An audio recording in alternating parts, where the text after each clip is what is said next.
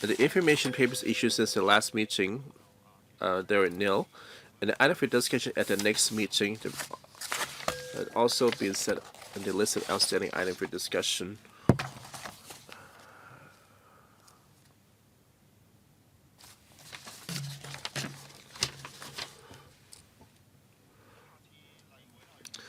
The next regular meeting will be held on 13th July, 10:45 a.m. And they will discuss about the special need trust as well as the progress for the pilot scheme of community care service voucher for the elderly. And next, we'll enter the item special scheme for the privately owned sites for welfare use. Secretary Law, please. Well, the special scheme for privately owned site welfare scheme will take a short, medium, and long-term approach. I would say this is a medium and long-term strategy. Would rely on modifying the HKP planning standard and guidelines. In 2018, we've done so on elderly services, and mid-2019, we have do so for the child care services. We very soon complete the calculation on the rehabilitation services. I believe the end of this year, we can conduct the amendments. In the long to medium long run, besides using private on-site for welfare use, and for the land lease conditions will incorporate the welfare facilities. And we have also explained in the earlier WSP meeting that for the recent land auctions, so as the lot is large enough, we'll try to include some welfare facilities in the long run. Well, of the 20 billion application to finance committee for purchasing private premises for welfare use, and this scheme have been divided in two phases, and we have briefed the panel last year on the phase one. And well, for the 13 categories, we feel 30 of those are not able to go forward, and 50 of those are going forward, and 5 completed, and 1 completed this year. The other at different phases, and for the 50 in total, I believe that they will be completed gradually. For phase 2, there are 25 projects, even though less than phase 1. However, learning from phase 1, I believe that these 25 applications would have a higher feasibility. And for the 25 project in phase 2 involving 7,500 rehabilitation and child care places.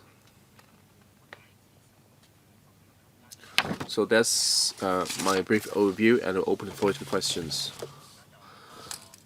And now we have 6 members of our team: Michael Chen, Team Pastor Wilson Oil, Michael Look, and also Dr. Fernando Chang.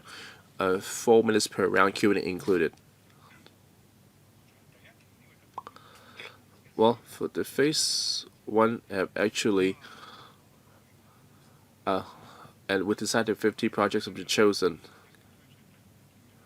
And we have to launch the special scheme for the phase 2.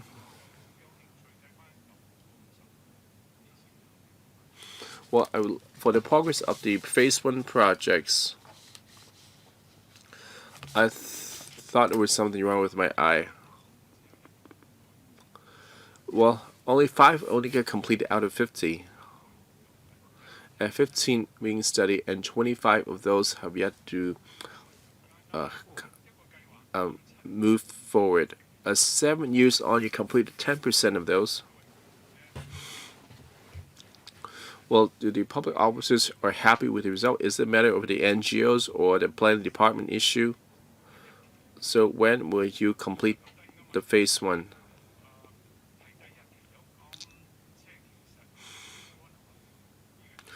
Well, when the progress is highly satisfactory, you decide to get on with phase 2. You can say these two phases are unrelated. Of course, what you learn from phase 1 would definitely affect phase 2. If phase 1 having such progress, why decide to proceed with phase 2? Can you explain or enlighten me, Secretary?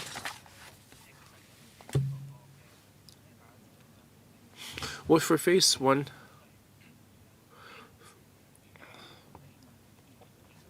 Well, they are usually redeveloping the existing site would involve planning amendments and land rezoning, and also need to have local consultation. Well, so the whole process is long. Well, even though for the non-redevelopment projects also have new challenges. For example, deal with the trees, or deal with the heritage buildings, which will take quite long. It would involve different bureaus. Why decided to get on with phase 2 anyway?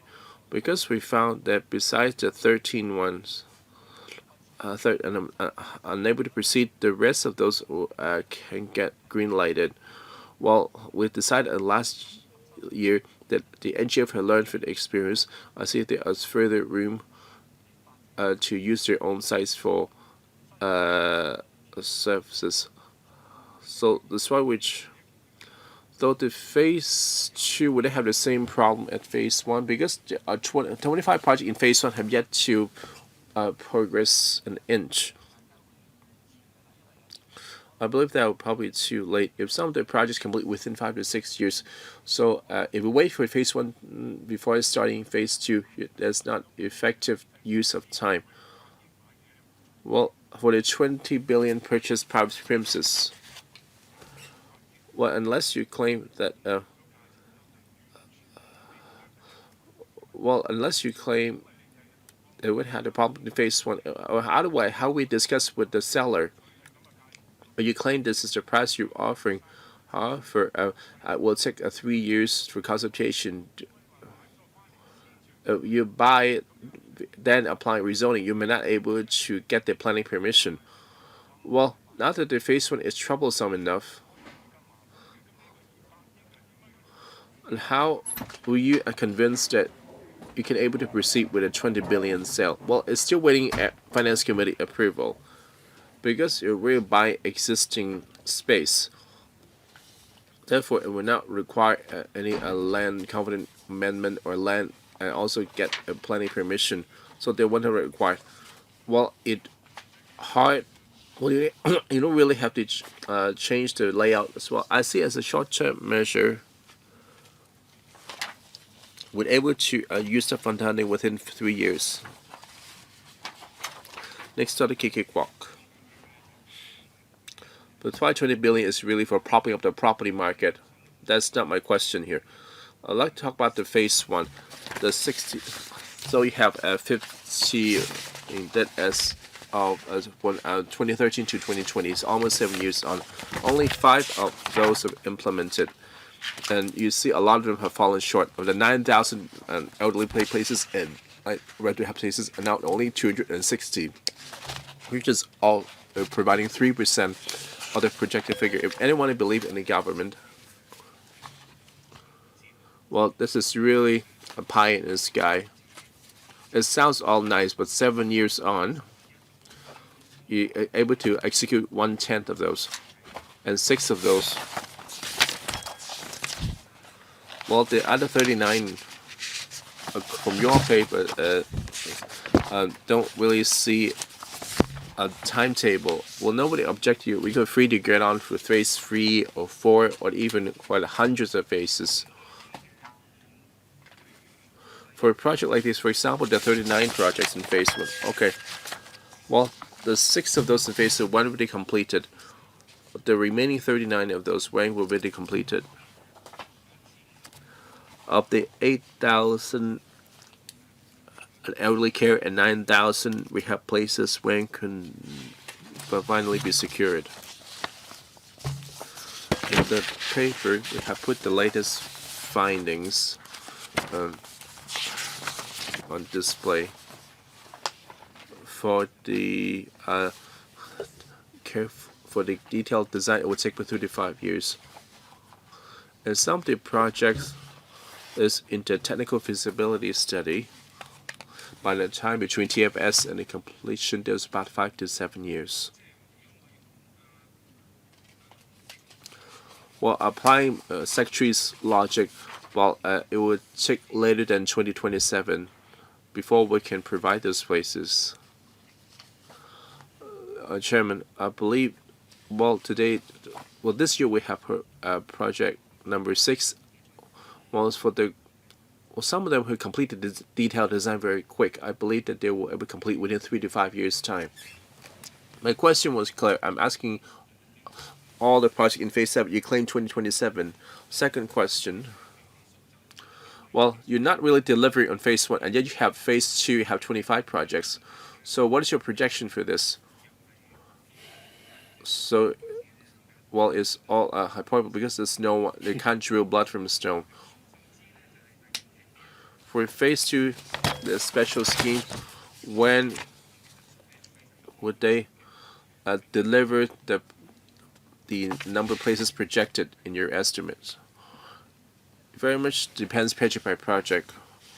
Whereas with the planning and rezoning, it will take longer.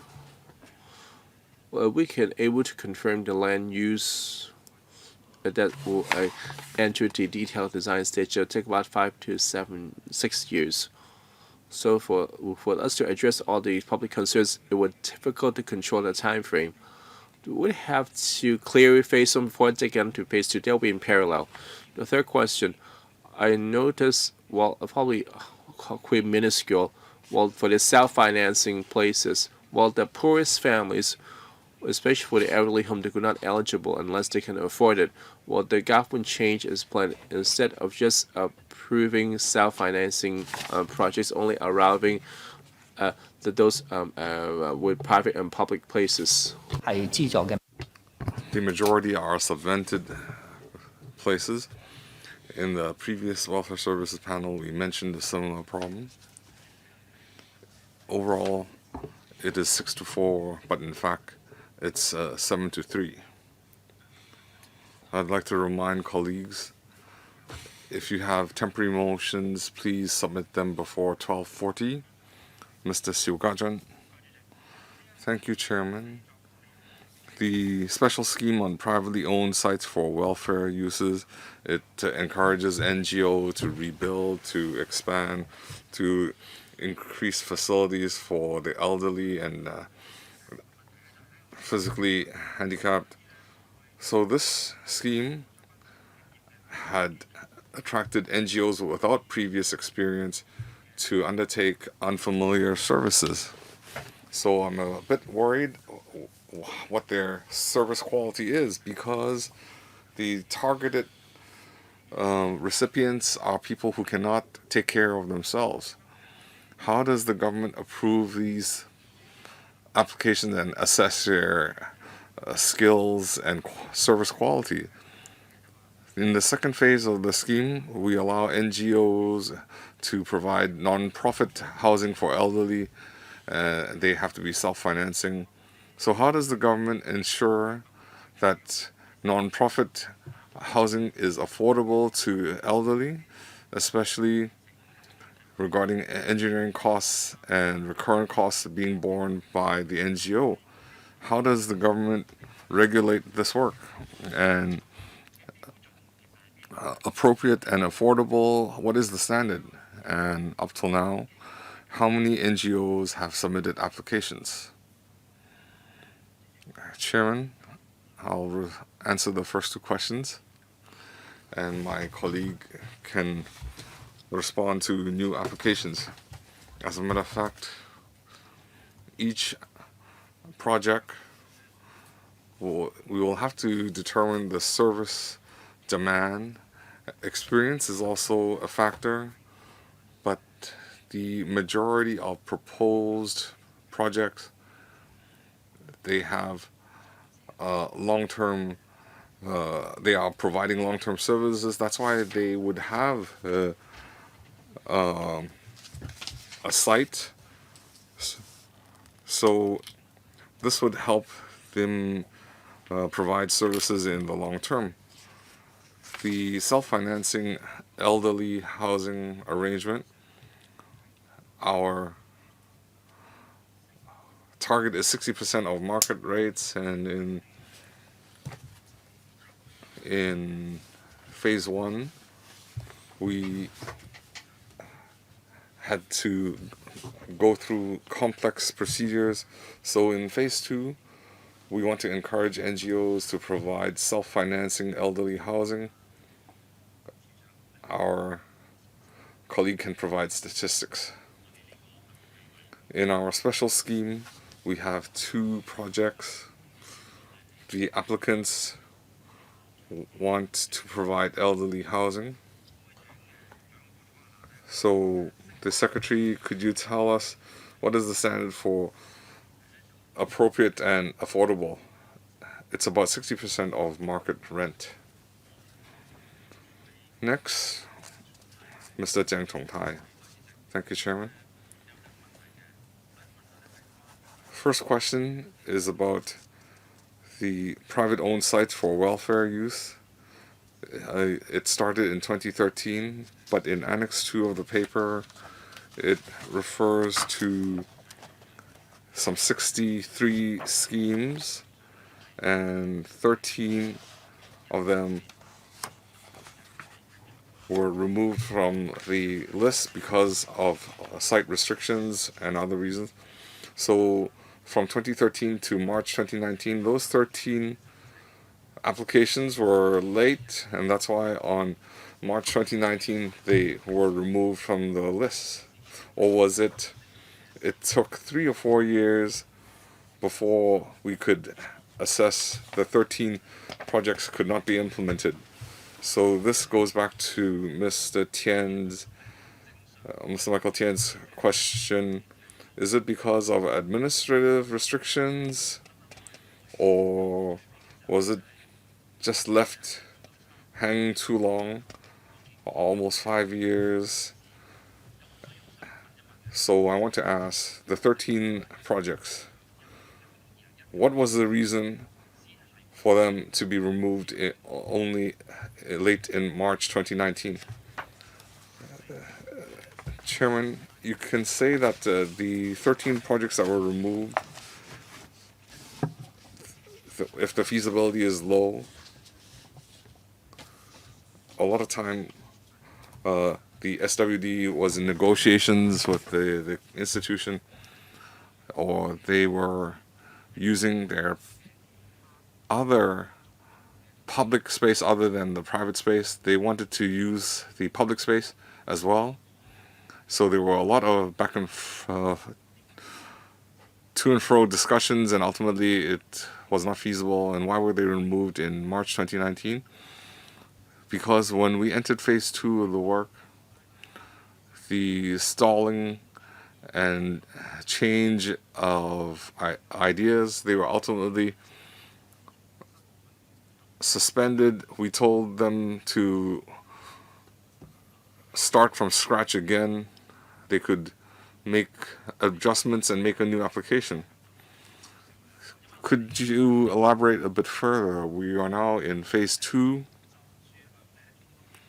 So based on experience in phase 1, some administrative measures could be benchmarked such that similar services can be measured against a timetable. So the scenario the Secretary measured, of course, individual projects can vary greatly, but if the project it wants to use public land, or their license application has met with some difficulty, then in phase 2, can we have more measures to help them? I think it's easier to remove them from the list, but 5 years to remove them from the list, isn't that a bit too long? Chairman, from the government's perspective, we need assessment from different departments, and we can only hope they can provide a response as quick as possible. But before we enter the feasibility study stage, the majority of NGOs rely on some volunteer consultant service, so that process is slow. And sometimes they would also explore other options. So in the beginning they might want to provide services ABC, but then they change their mind. They want to provide BCD, and of course it's not necessarily related to feasibility. When we touch upon town planning and such, it involves the government, but we need interaction between the government and the NGO. There has to be fine tuning.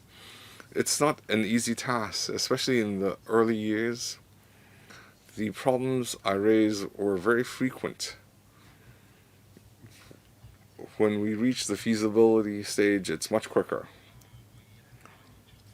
We'll have to extend the meeting 15 minutes. We have all Chongsen Lokchun Hong, Xiu Hong. So next, Mr. Oh Chong-sing. Thank you, Chairman. The special scheme on privately owned sites for welfare uses is disappointing. It's been almost 8 years since it started in 2013. We only have one project that is on that is operating. That is too disappointing. We have 13 projects still in the queue. So the government talks big but underperforms. We're talking about old age housing, creche facilities, facilities for physically disabled. These are the services the disadvantaged need. So you can see that the whole welfare system, the intention was to provide services quicker, but now we're backtracking. Secretary, I was surprised by your response. You said town planning takes 5 to 7 years. You understand the government has procedures, so I want to ask, before you had this scheme, your colleagues had done studies. So given the difficulties, what tricks do you have up your sleeve? But the Labor Welfare Bureau gives me the impression that they face a lot of opposition. So in light of this situation, how do you accelerate do you have a lack of staff? Is it bureaucracy? I'd like you to share. How can you speed it up? And second, I also want to follow up on 2018. The CE said that they would purchase property. It's now June 2020. I know you want to submit it to FC. These 158 properties can be dealt with. So can you draw from the experience in the special scheme and make it smoother? You say that the FC has not approved it and so on, we understand, but can you speed it up? Chairman, if FC, before summer recess, if it can be endorsed, we could be able to pass it in 2 or 3 weeks' time. So we hope to be able to purchase those properties. It doesn't touch upon town planning, land lease, and so on. So as I answered previously, you need to understand the study is not the government's responsibility. The land belongs to the NGO. The NGO made a proposal and they rely on pro bono professional services and submit it to the SWD. We receive the town planning, we consult with town planning and lands department and submit our opinion back to the NGO. So then they might change their minds. It takes more time.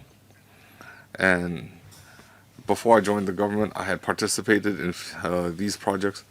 A lot of time, they are wavering over whether they should proceed or not. they cannot make up their minds. And ultimately, we told them, if you can't make up your mind, then forget it. It took them 5 or 6 years, and they couldn't decide. Well, I'd like the secretary to serve as a facilitator. It's the same with interim housing. If the government can shoulder more responsibility, you can speed up the process. Mr. Lok Jong Hong. Thank you, Chairman. A lot of colleagues have mentioned there were 63 projects and 13 were removed because of land restriction, site restriction, and so on. So out of the 50, the progress is very slow. Only 5 were completed and 18 have not even started a feasibility study. So the first question is, are you still going to continue with the 18 projects? Where are the obstacles? And 13 projects, is it totally aborted? Can it be revived? You say there are site restrictions. Is it the lands department cannot relax the plot ratio? Because if there are NGOs that want to do it, shouldn't we accommodate them? So it gives people the impression the NGOs, when they want to redevelop, it involves a lot of legal procedures. They don't have the resources to do it. And even the incentives, it's so difficult. The NGOs, some of them, might want to put it on the hold for a while, and can the government help them out? In terms of resources and the technical advice, so that they can expedite with their redevelopment. For the 200 million, the 20 billion, even though it is currently queuing at the Finance Committee, well, the market is worried if the government decides to purchase property, the landlord will really raise their prices because they know that you are definitely buying. Would you be taken advantage of, or would the government would bought at an inflated price? And what is the Bureau's consideration on this? For your second question, I guess I will wait for the Finance Committee. Well, my position explained in the WSP. We have the professional department will be enlisted to help. We'll look at the market conditions, and the early can approve that. Now that the property market is really at a lower point, we should be able to get the space we want. And for the special scheme phase 1, the government support besides collecting or compiling department's comments, as soon as is finalized, the feasibility study will be subsidized by the lotteries fund. From the TFS to detailed design will be using government resources. But why 18 of TFS have yet to get started? Is that the NGO's problem or due to other factors? What kind of resistance? Well, it's really the scope, whether they can agree upon, and whether the NGO itself can make up their mind to finalize this. Well, from past experience, well, it's usually the NGOs will need to greenlight it, and on the agreed scope, which take the longest time. And next, Dr. Fernando Chang. For the special scheme, I believe that been covered by a lot of my colleagues. They feel that it is too slow. So 10% in 7 years, and about half of them are a known progress. For the 19 of those undergoing TFS, according to the Secretary, it will take you 3 to 7 years. Well, we support the overall direction of this. I hope that we can really have more sites to build more welfare facilities. We are lagging behind severely. The service demand, well, due to population aging, keep rising. Well, a few things to note here. First, the redevelopment and the decanting will create major obstacles, and especially this kind of planning would really use an existing site. The existing facility will need to be demolished, and the current service recipients will need to be distributed elsewhere, and how the services migrated back to the new building and how the service is going to be developed. This is more than just a works project. You talk about the service user, the disenfranchised group, and how their lifestyle and their life maybe come implications. Is there enough information transparency? And how did the NGO deal with the project involving different stakeholders? And how can we be engaged? Of course, there is some technical difficulty, governance difficulty. That the lottery fund would not care. They're only responsible for providing the funding, or at most, they would provide some technical advice or streamline the procedures. The SWD and the LWB should notice there are a lot of governance issues at stake. Would you simply disregard them and going forward anyway, or do you, for phase 2 or subsequent phases, would you provide some kind of support on this so that the decanting would allow extensive participation and really can improve their service quality and improve their quality of life? Because that's really the goal of this special scheme. The service users are not merchandises, they're not just numbers. Well, you just look at the number of places increases and you move the back in. That is not how it works in reality. That's what happened to the blind factory. You see, we relocated to Chun Mun from To Kwa Wat, and how did the blind actually commute there? They moved it back to To Kwa Wat. The factory disappeared. It was a genuine job with MPF contributions and with all the labor benefits.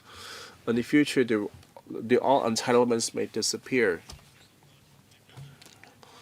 So these are a lot of problems in while this unfolds. The LWB, we need to look into this. Also cared about the progress of the factory for the blind. Well, redevelopment is the most option. There are other types which require a site exchange, was not in situ.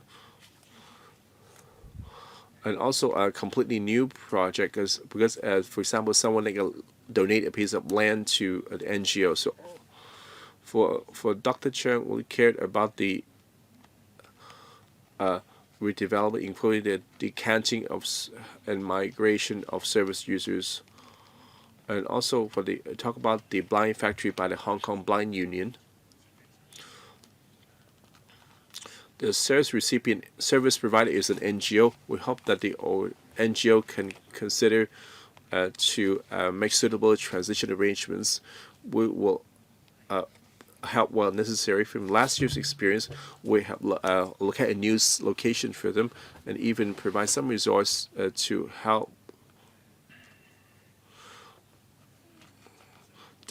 with the refurbishment costs. And some of them are able to do it quite well. For example, the past 5 projects, quite of them are quite smooth and without all the kind of controversies. And the SWD and LWB will closely monitor whether some projects will come with higher sensitivity and with greater difficulty and provide help for their for the latest situation for the factory for the blind. Deputy Director. the NGO and the government had located a St. Joseph Primary School in Choi Hong as the provisional premise for the blind factory, and the NGO were appointed authorized persons to retrofit this interim premises. Well, by July, we will go to the Lottery Advisory Board for funding application. So when will they start moving into Pink Shack? Our estimate is that, well, by July we apply for funding for lotteries fund. By 2021, in the middle of that year, we'll start the redevelopment, because they need to have this tender exercise. Our estimate is that by mid 2022, they will complete the redevelopment. I'm sorry, we only got limited time for a second round. We have two colleagues put up their hand. Well, we're close to our reached finishing time. I believe that we can deal with all the questions by extending just a few minutes more. Any objections? Well, I'm the last ones. Simple question here. For this special scheme on privately owned site for welfare site, September 2013 is 7 years on, and yes, 6 projects provided 260 elderly care places and 1,020 rehab places. It appears to be a drop in the ocean, and 7 years on, and you're able to deliver so little. That's not on. Well, recently have lost Casper Trade, the then Undersecretary. Are you able to cope with asking you to expedite the progress? We really be pushing you too hard. For another project under FC would for help that the consolidate the SWG and also go parallel with a 20 billion purchase scheme. If they're able to strengthen our manpower at SWG, I believe that it will help with this special scheme as well as the other projects under the lotteries fund. So, well, in the past we have the Undersecretary helping us in the the times ahead that you will be appearing at the panels yourself. Well, it depends on the needs of which government officer will attend to these meetings. Second round, Michael Tian and Shu Ka-chun, 3 minutes per round. Michael Tian, just now I noticed what Mr. Wilson Orr said. Well, our political party rarely share the same views with them. Well, I said I'm very perplexed on the progress of phase 1. Well, I don't know why there's 25 projects failed to get off the ground. However, this seems to look really bad. I have some real nice intended suggestion. When it comes with this kind of scheme, it's better to divide it into a few lots. For the first lot, they would have the quick review, and if you see them at two that you could as two fantastical. Those just toss them away because it's just some kind of pre-qualifying. For the second lot, you advise them not to change the scheme application. Otherwise, it would show that it will have much to do about nothing. For the rezoning, if you change the application, you would put it back in the queue. For the third lot, let's say it's quite feasible and promising that we're able to just for the remaining odds, that only can tell how feasible are they. Well, for the 20 billion purchase scheme, it claims that you buy existing property, you don't have to rezone. Assuming you don't have to change the land use. Well, and you have a local constitution regardless. You claim this property is for social welfare, that will not change anything. You can't say that you should go ahead anyway. A consultation will take time, will take weeks or months. So how will you negotiate or keep the transaction on hold so before the consultation take place, or you do the consultation after you made the purchase? I'm quite worried. For the 20 billion purchase scheme, the consultation, we plan to go to the district councils to talk about the kind of property we plan to purchase and the categories. As for the site selection, we haven't really consult them side by side because you're not able to buy if you have to wait for consultation because the seller will not wait for a few months.